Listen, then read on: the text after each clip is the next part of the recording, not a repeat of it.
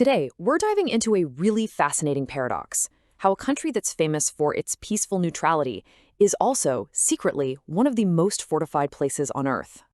So, let me just kick things off with a question for you. When you think of the most heavily armed, most fortified military spot on the planet, what comes to mind? Maybe a massive US base, a secret Russian facility. Well, get ready, because the answer is probably not what you're thinking. That's right, Switzerland. And yet, that totally surprising answer, it throws us right into what's known as the Swiss paradox. On one side, you've got the public image we all know: serene, neutral, a land of banking and chocolate. But if you peel back that layer, you find a completely different reality. It's a military fortress. We're talking extensive, decentralized, and ready for pretty much anything. This isn't just an army, it's a state of total national preparedness. Okay, so where is all this military hardware?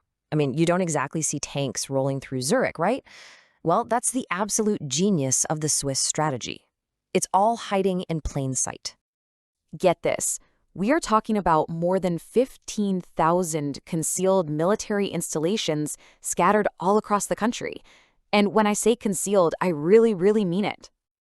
All right, so just picture this for a second. You're taking a scenic drive through the Swiss countryside, and you pass, a quiet, unassuming barn. Except that's not a barn, not for farming anyway. It's actually a totally camouflaged structure hiding heavy-duty stuff like artillery emplacements and heavy machine guns.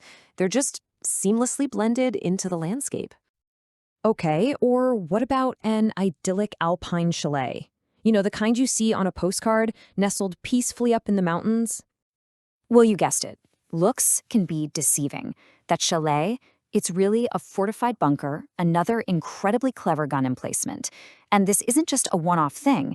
This systematic camouflage is at the very heart of their entire defense strategy.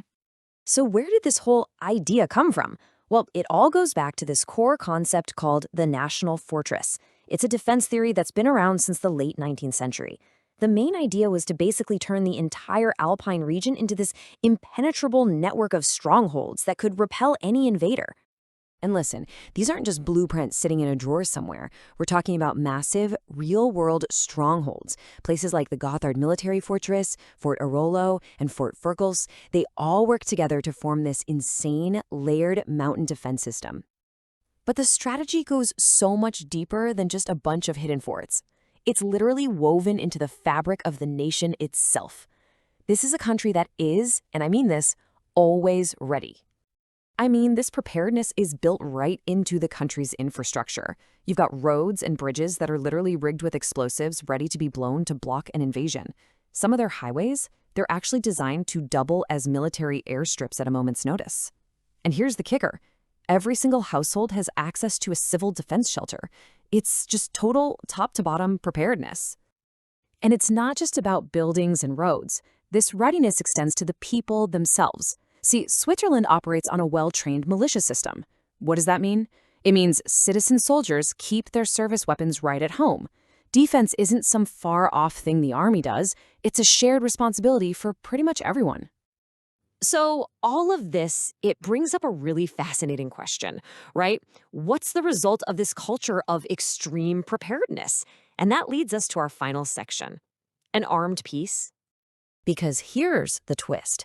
Despite this unbelievable level of armament, both military and civilian, Switzerland is consistently ranked as one of the safest countries on the entire planet.